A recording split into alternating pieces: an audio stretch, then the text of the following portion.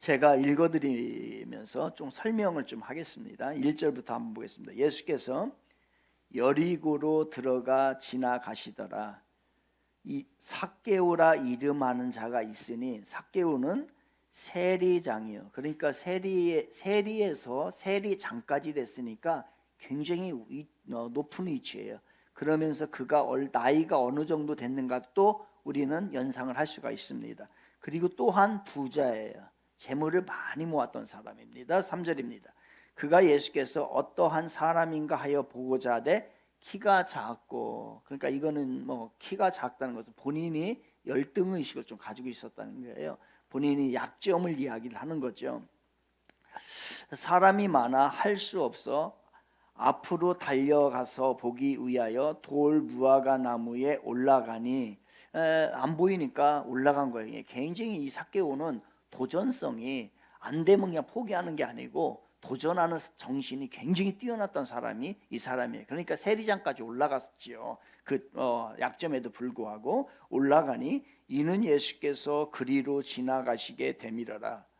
5절 예수께서 그곳에 이르사 쳐다보시고 이르시되 삭개오야 속히 내려오라. 내가 오늘 내 집에 유하여야 하겠다 하시니 6절 급히 내려와. 아주 급히 내려왔는데 뒤에 보니까 즐거워하며 영접하거나, 그러니까 너무너무 자기 기대 이상의 일이 일어나가지고 급히 내려와 즐거워한 거예요. 7절 무 사람들이 보고 수근거려 이르되 저가 죄인의 집에 유하러 들어갔도다 하더라. 그러니까 사람들은 삭개오를 뭐를요? 죄인으로 여겼으니까 그만큼 성공은 했지만 주위에 사람이 없어요. 8절입니다. 삭개오가 서서 주께 여짜오되 주여 보시옵소서, 내 소유의 절반을 가난한 자들에게 주겠사오며 만일 누구의 것을 속여 빼앗은 일이 있으면 내 갑절이나 갚겠나이다 라고 합니다.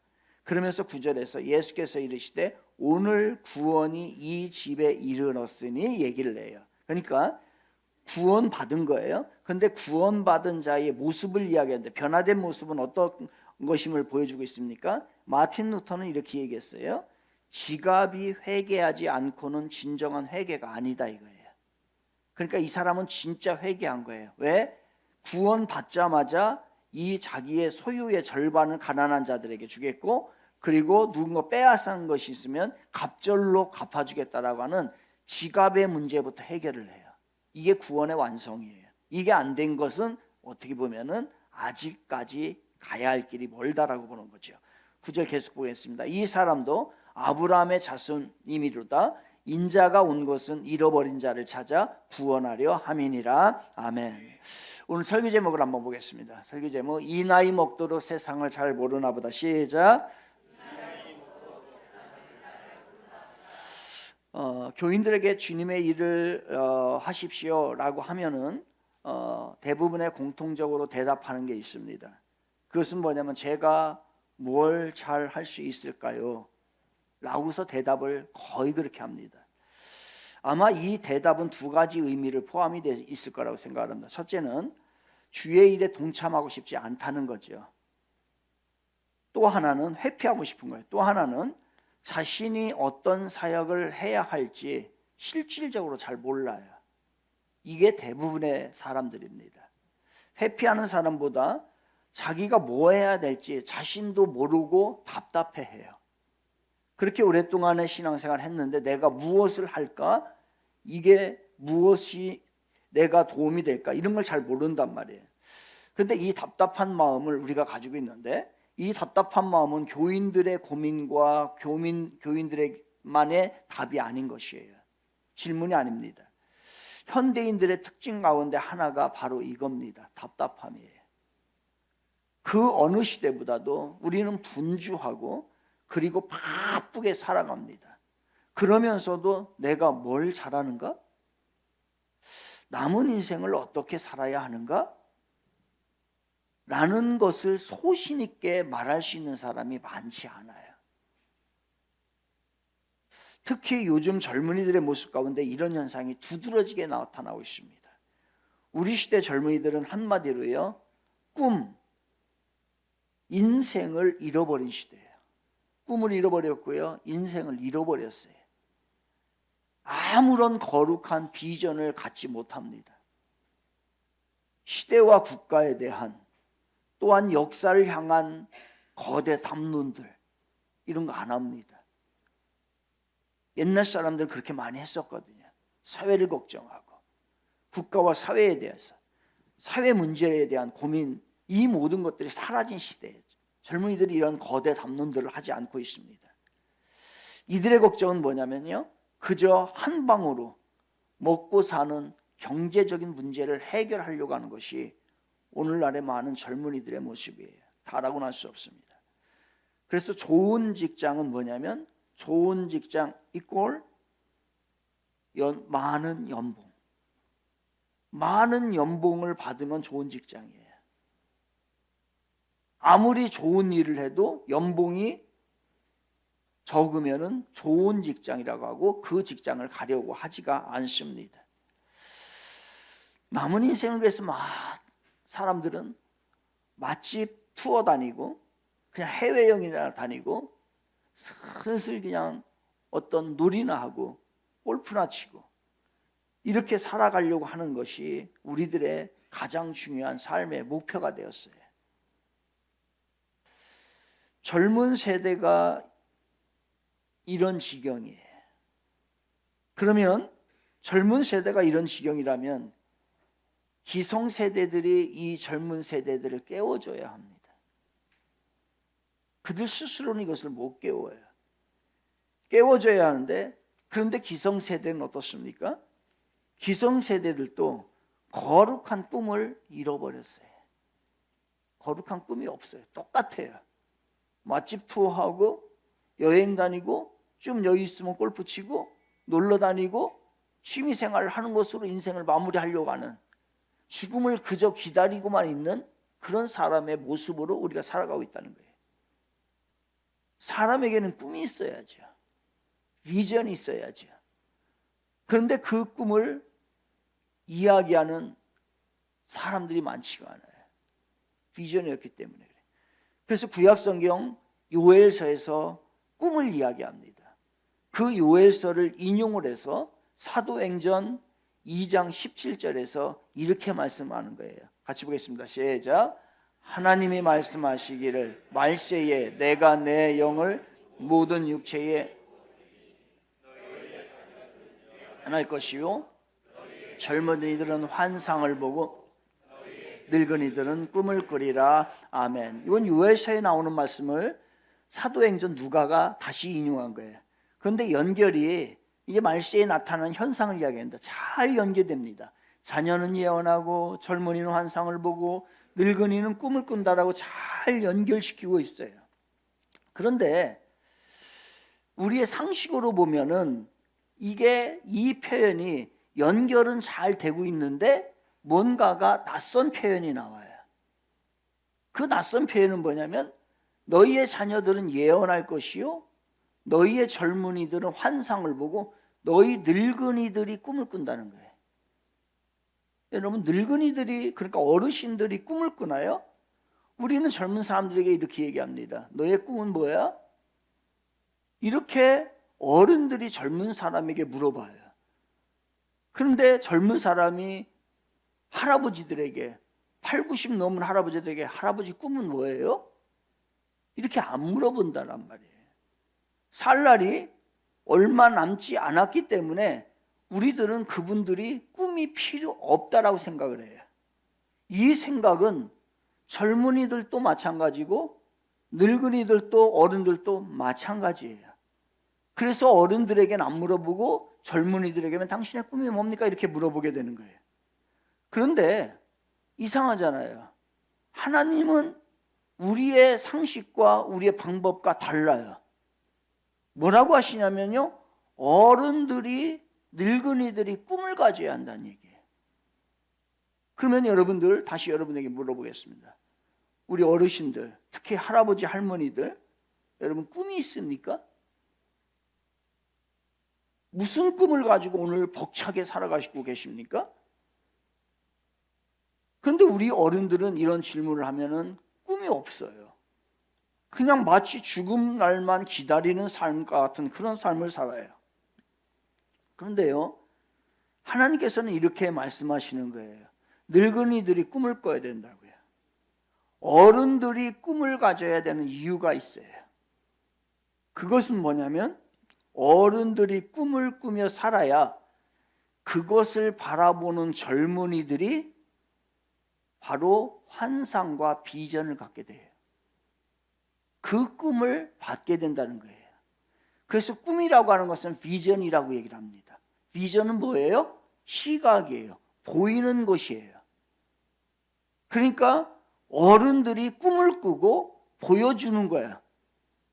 그러면 그 젊은이들이 어른들이 기성세대가 가지고 있는 그 비전, 꿈을 보고서 나도 꿈을 보는 거예요. 꿈을 꾸는 거예요. 그런데 우리가 그 꿈을 젊은이들에게 보여주질 않은 거예요. 그렇기 때문에 그들도 꿈을 꿀 수가 없는 거예요. 봤어야 꾸지요. 비전이라고 하는 것은 비저너블, 보이는 거예요. 보여야 되는데 본 게 없어. 그러니까 그들이 꿈을 가질 수 없는 거예요. 다음 세대의 문제가 아니고 이것은 기성세대의 문제이기 때문에 늙은이들에게 꿈을 꾸라는 거예요. 그래서 우리는 꿈을 꿔야 돼요. 꿈은 전염이 됩니다. 그리고 꿈은 전수가 돼요. 그래서 꿈이 없는 사람과 만나보십시오. 나도 어느 순간에 꿈이 없어져요. 있던 꿈도 없어져요. 그러나 꿈을 가지고 있는 사람을 만나잖아요. 나도 막 꿈을 꾸게 돼. 나도 그걸 하고 막 이뤄야 되겠다는 생각이 들어요. 우리 요즘에 잘 보잖아요. 우리 교회가 성전 건축을 하려고 해요. 여러 의견들이 있죠.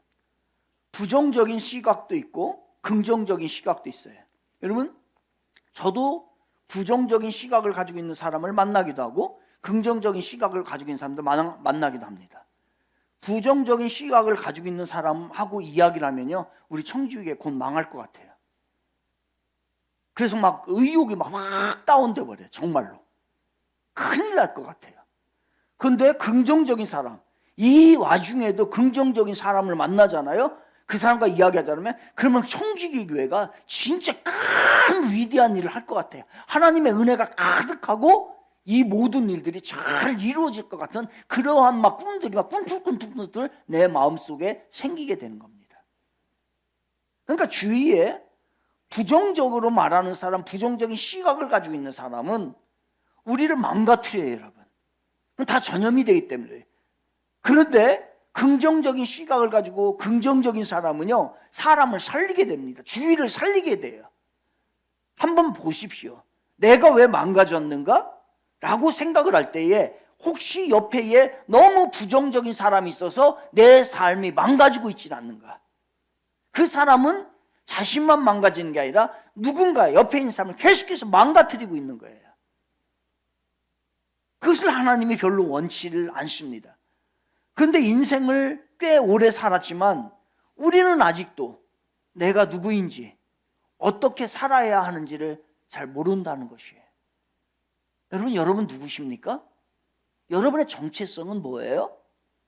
그리고 어떻게 살고 싶으세요? 어떻게 살아가고 있어요? 앞으로 내가 살아가야 될 길은 어떻게 만들어 놓고 계십니까? 어떤 꿈을 꾸고 계십니까? 뭘 잘할 수 있는지, 남은 생애 동안에 뭘 하면서 살아야 할지, 이거를 모르면서 사는 것이 우리들의 모습이에요. 그러다 보니 우리들이 그리스도인으로서 꿈이 사라져버렸어요. 비전이 사라져버렸어요. 그래서 우리들의 꿈은 뭐냐면요, 세상 사람들이 추구하는 것이 나의 꿈이에요. 어떤 사람이 같은 동료가 아니면 옆집에 사는 사람이 아니면 어떤 누가 아는 사람이 좋은 차를 바꿨어요. 그럼 그 다음부터는 죽을 지경이에요. 차 바꾸고 싶어서. 왜? 나도 바꿔야 되거든. 그게 꿈이거든. 저 사람 꿈을 이뤘는데 나는 꿈을 이루지 못했다고 생각을 하는 거예요. 좋은 아파트로 누가 이사를 간대요? 그러면 나도 빚을 내서라도 좋은 아파트에 가려고 하는 것이 세상 사람들이 가는 길이 나의 꿈이에요. 비전이에요. 그들이 골프를 치면 나도 골프를 쳐요. 다 똑같아요. 제가 보니까 다 똑같아. 이 목사님들도 그래요. 목사님들도 골프를 치는 목사님, 골프가 나쁜 건 아니죠. 그런데 다른 사람이 치니까 다쳐, 나도.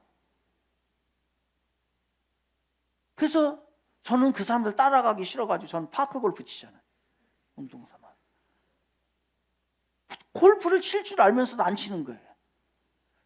그리고 또 목사들이 좋아하는 게 뭐가 있냐면요, 바로 뭐냐면 커피 머신에다가 커피 뭐 좋은 거 사다가 목양실에 놓고 오는 사람들 커피만. 뭐 커피가 나쁜 건 아니에요. 그렇게 해도 돼요. 그런데 다른 사람이 하니까 그냥 자기 커피 좋아하지도 않으면서 그냥 자기도 하는 게 그게 취미인 거예요. 대부분의 목사님들의 목양실 가보면 다 커피 머신을 좋은 걸 다 사다 놔요. 그래서 저는 그 커피 취미를 안 가져요. 따라한다고 할까봐. 그래서 저는 커피 얼마나 좋아요. 여러분 연미당이나 여기 순수 커피숍에 가잖아요.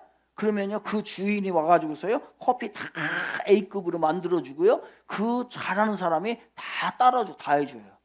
얼마나 좋아요. 그걸 부을 선수 다 해가지고서 뭐 자랑할 게 뭐가 있고 그럴 거 없어요. 그래서 하나님은 우리에게 이런 말씀을 하셔요. 뭐라고 하냐면요, 로마서 12장 2절에서, 거기 없습니다 본문에, 너희는 이 세대를 본받지 말라는 거예요. 이 세상 사람들이 꿈꾸는 거 그거 본받지 말고 좀 우리 독특하게 정체성을 가지고 내 나름대로의 신앙관을 가지고 하나님의 뜻대로 살아가는 게 멋있잖아요. 그거 누가 차 산다고 해가지고서 나도 저 사야 돼 라고 아주 들들들 볶고 와서, 그게 뭐예요? 그게 성공이고 그게 우리의 인생의 목적입니까? 아니란 말이에요. 오늘 본문에 등장하는 인물이 누구냐면 삭개오예요. 그 역시 그의 인생 가운데 꽤나 성공한 사람이에요. 세상의 패턴을 본받고 살았어요, 그 사람은. 그래서 그가 이루고자 하는 성공, 세상 사람들이 이루고자 하는 성공, 그 위에 있었던 사람이 누구냐면 삭개오예요. 그런데 그렇게 성공을 했음에도 불구하고 삭개오는 여전히 풀리지 않는 인생에 문제가 있었어요. 그게 뭐냐면요, 나 누구지? 도대체 나의 정체는 뭐야? 그리고 앞으로 나는 어떻게 살아가야 돼?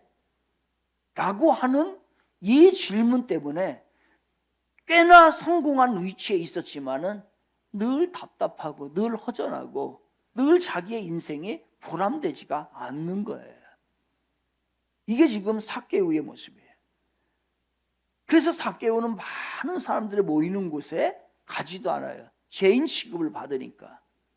그래서 다른 사람들에게 갈 수 없으니까 내 이 문제를 해결해 줄 분을 예수님이다라고 생각하고 예수님 앞으로 나아갔던 거예요. 그가요. 그의 세상적인 성공으로는 안 되는 거예요. 아무리 본문을 봐도 삭개오가 지금 단지 호기심에서 예수님 뭐 연예인이 오는 것처럼 그 예수님을 만나러 온 게 아니에요. 너무너무나 인생이 답답해서 갈증을 해결하기 위해서 그 마음이 너무너무나 커서 예수님을 억지로 내가 다 찾아가서라도 만나기를 원했던 것이 바로 삭개오예요. 떵떵거리고 살았지만, 다른 사람보다 출세를 일찍 했지만, 다른 사람보다 돈이 훨씬 많았지만 여전히 삶에 대한 갈증, 여전히 내 인생 가운데 느껴지는 고뇌가 가득했던 사람이 누구냐면 삭개오예요. 이렇게 살던 삭개오가 드디어 자신의 정체성을, 자신의 인생을 발견하게 되죠. 그 어떤 방향으로 내가 살아가야 될지, 인생의 방향이 뭔지를 삭개오가 알게 됩니다. 이런 삭개오를 묵상을 하면 제 머릿속에 스쳐 지나가는 노래가 있어요. 그것은 찬송가나 복음성가가 아니에요. 유행가, 가요예요. 이상해. 저는 유행가, 가사, 가요를 들으면서 전 좀 하나님을 생각할 때가 있어요. 인생의 진리가 그 가요 안에 들어있는 것 같아요. 어떤 때는요, 이 찬송가보다도 더 은혜롭고 그게 유행가 가요예요.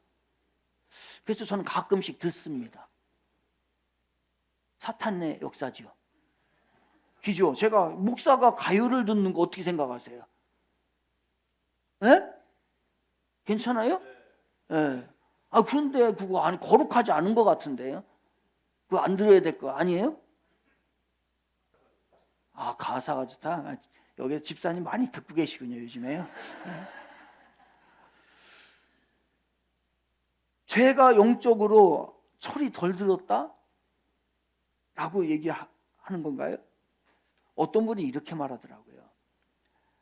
늦은 시간에 바닷가 모래사장 입구에서 통기타를 치며 캄캄한 밤바다를 가로지르는 유행가를 그슬프게 부르고 불러대는데 내 귀에는 찬양으로 들렸다. 이 사람 믿음 좋은 사람이에요? 믿음 약한 사람이에요? 이런 사람이 믿음의 고수예요. 여러분 술자리가 있어요. 직장에서 술자리를 했어요. 그러면 우리 그리스도인들은 그 술자리 가야 돼요? 말아야 돼요? 솔직하게 얘기해 보세요. 갈까요? 말까요? 가서 뭐 한다고요? 안 마신다고요? 네.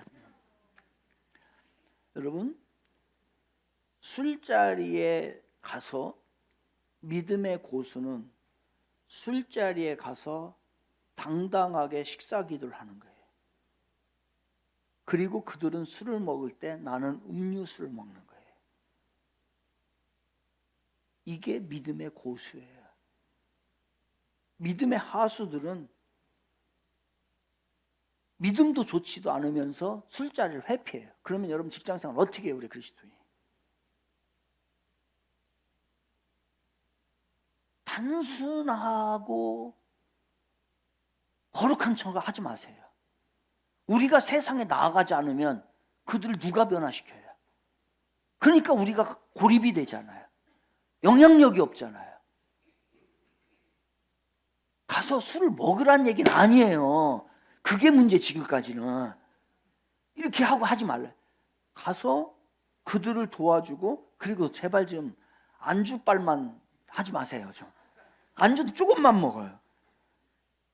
그렇게 하면서 거기에서 자신의 이 그리스도인의 품격을 드러내는 게 믿음의 고수예요. 어떤 모임에서요, 이탈리아 여행을 갔어요. 이탈리아 하면 이제 구찌가 유명하잖아요. 그러니까 구찌를 이제 사자고 구찌 매장을 다 간대요. 다 갔는데 사람들이 이제 다 구찌를 하나씩 사는 옷을 구찌 사는데 어떤 옷을 사냐면요, 여기에다가 구찌 그럼 많이 써 있어야 다른 사람이 내가 구찌를 입은 줄 알잖아요. 그러니까 사람들이 다 구찌 많이 써 있는 거, 크게 써 있는 걸 사는 거예요. 그런데 그 중에 어떤 한 사람이 구찌라고 밖에서 보면 아무것도 안 써 있는 걸 산 거예요.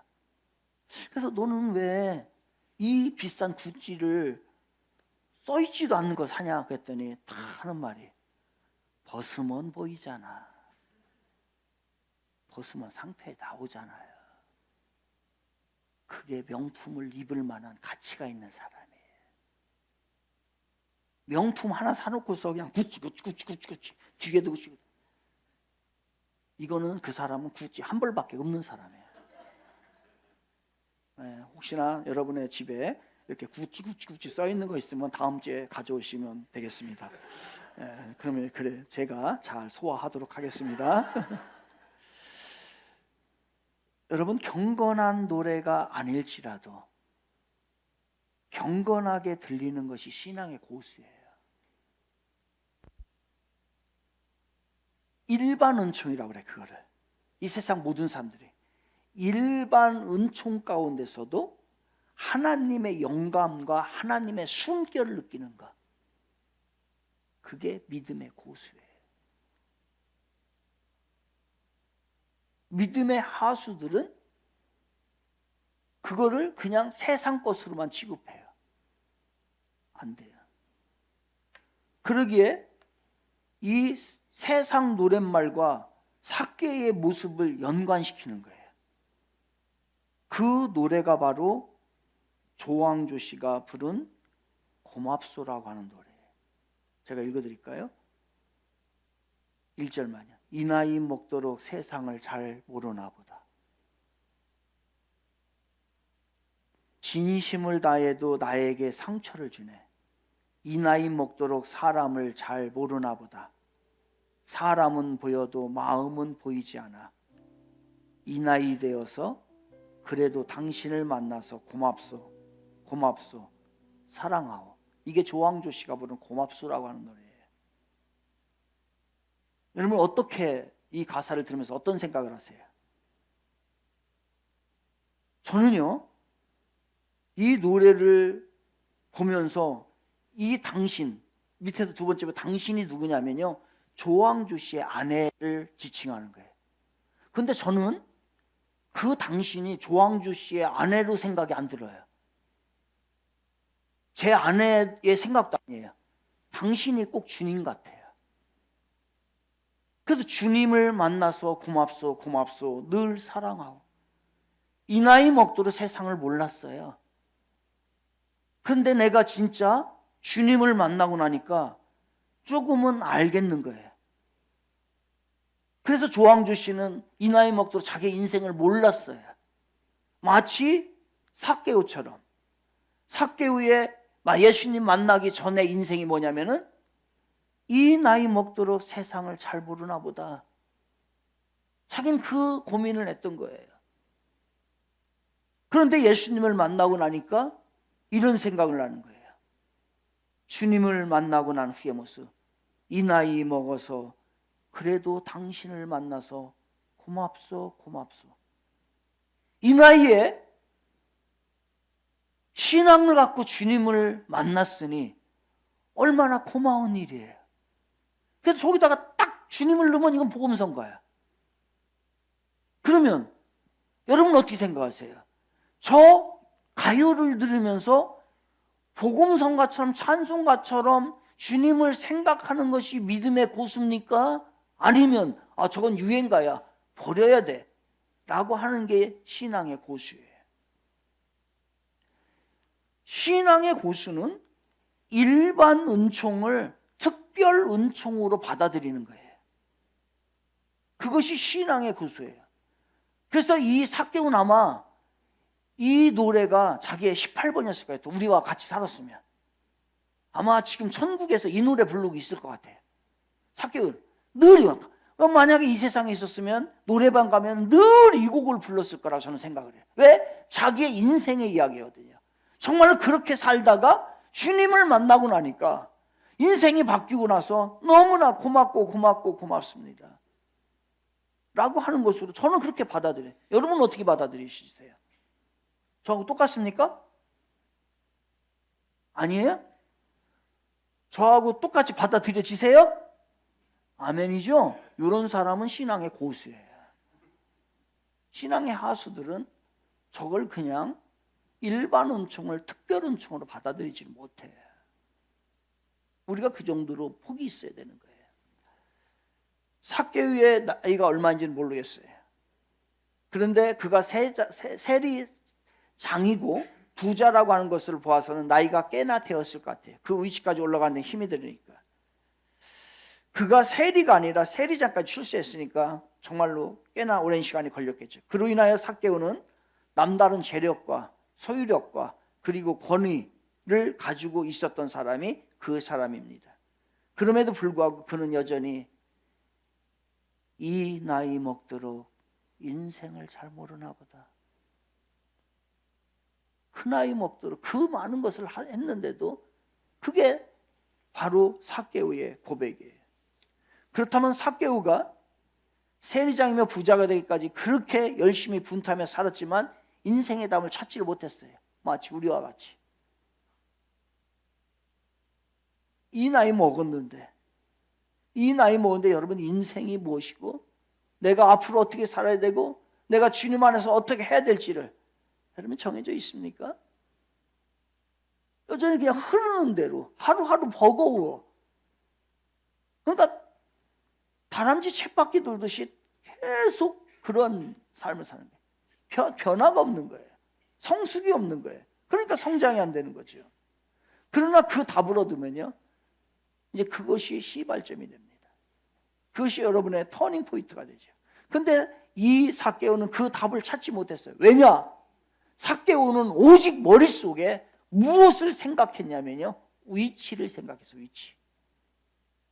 자기는 자기가 가야 할 위치, 즉 지위, 높은 자리만 생각을 했단 말이에요. 그러다 보니까 그 자리에 올라갔음에도 불구하고 자신이 직면한 한계를 넘어가고 싶은데 그 위치가 잘못됐다는 거 아니에요. 그러면 그 위치에 이르러서 그 한계를 뛰어넘고 그 다음 것을 바라봐야 되는데 삭개오는 그게 없었던 거예요. 그러니까 이 사람은 내가 어떻게 살아야 되는지, 내가 이 나이 먹도록 나는 인생이 무엇인지를 모른다라고 해서 고백할 수밖에 없는 거예요. 얼마나 이 사람은 도전적인 사람입니까? 얼마나 열심히 살았어요? 그러나 이를 극복하기 위해서 자기가 모든 약점과 자기의 모든 어려움을 극복하기 위해서 그는 세리가 되었던 거예요. 다른 사람은 세리가 안 돼요. 왜냐하면 분명히 세상으로부터 욕을 먹을 게 죄인이나 부름을 받을 것이 뻔하기 때문에. 그러나 그가 열심히 도전하며 그는 살았습니다. 그러다 보니까 이 세리계의 전설이 된 거예요. 삭개오가. 이 세리계의 거장이 되었고요. 매달 실적을 조사해가지고서 기록하면은요, 늘 1등이에요. 그 정도로 열심히 살았던 사람이 이 사람이에요. 그러면 삭개오는 성경에 나오는 역사적 실존 인물입니다. 하지만 동시에 현대인을 지칭하는 인물 우리들이에요. 오늘날 대부분의 사람들이 삭개오와 같이 살아갑니다. 자신의 열등의식을 극복하기 위하여 뭔가 남다른 지위, 위치를 얻고자 광란의 질주를 벌이고 있는 것이 우리들의 모습일 거예요. 이 나이 되도록 인생을 모르는 거예요. 물론 이러한 지위, 위치를 추구하고 야망을 가지고 있는 것은 굉장히 좋은 일입니다. 그런데 야망을 가지고 있는 이 폭발적인 힘으로만 인정받기를 원한다면 안 돼요. 어떤 이가 이런 말을 했어요. 지위와 위치를 향한 야망이 열등감이라고 하는 촉매제와 만나면 가공할 만한 파괴의 근원이 될 수 있다. 그러니까 그가 가지고 있는 위치, 이게 높아요. 그런데 이것에 열등감이 있어요.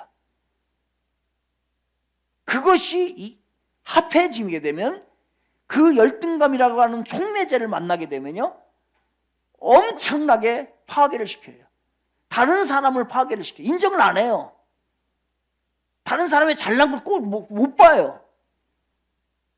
그 열등감으로 오니까. 그리고 다른 사람을 파괴시키고 자신도 파괴가 돼요. 성과주의, 우상숭배로 살아가는데 우리는 너무나 익숙해버렸습니다. 지금까지의 논의를 정리합니다. 삭개오는 왜 무엇을 열심히 추구하며 살았는데도 답을 찾지 못했을까요? 엉뚱한 곳에서 답을 찾았기 때문에 그래요. 오직 위치, 지위, 그것을 추구하는 삶을 살았기 때문이에요. 삶의 방향이 성과에 있었기 때문에 그래요. 방향을 잘못 설정한 거죠. 열정은 있지만 방향이 잘못되었으니 그의 인생에 답이 없었고 다른 사람을 망가뜨리고 자신도 파괴되는 그러한 인생을 살았던 것입니다. 아이러니하게도 이것들을 추구하면 할수록 그의 삶은 파괴된다는 것이죠. 사람들에게 짐승처럼 취급을 받게 된다는 것이죠. 이렇게 주님을 만나고 이전에 삭개오는 이 나이 되도록 인생과 사람을 잘 모르나 보다 라고 자주 섞인 소리를 그가 하고 있는 겁니다. 사랑하는 여러분, 여러분과 제 자신에게 묻습니다. 여러분은 이 나이 먹도록 세상을 정확히 알고 있습니까? 여러분은 이 나이 먹도록 믿음의 세계를 잘 알고 있습니까? 여러분은 이 나이 먹도록 삶의 방향이 제대로 되어 있는지 확인해 보셨습니까? 여러분은 이 나이 먹도록 정말 여러분의 인생을 알고 있습니까? 여러분은 이 나이 먹도록 이 세상을 창조하시고 역사의 주관자 되신 그 전지전능하신 하나님을 알고 계십니까? 여러분은 이 나이 먹도록 예수님을 통한 구원의 길이 있다는 것을 알고 그 길을 가고 있습니까? 이 답을 찾기 위해서 삭개오가 예수님 앞으로 나아갔던 것처럼 우리도 정직하게 예수님 앞으로 나아가야 합니다. 우리 인생의 모든 답은 세상에 있는 것이 아니라 예수 안에 있습니다. 믿으면 아멘 합시다. 예수 안에서 찾으세요. 나머지는 다 헛거예요. 그분으로 인하여 남은 생에는 정확히 세상을 알고 바른 길로 걸어가는 주님의 사람들이 되기를 바랍니다. 이 나이 먹도록 세상을 잘 모르나 보다. 이것이 아니라 비록 이 나이가 되었지만 예수님을 만나서 인생을 알게 되었으니 참 고맙습니다. 이것이 사랑하는 여러분들의 고백과 선포가 되기를 주님의 이름으로 축복합니다. 기도합니다.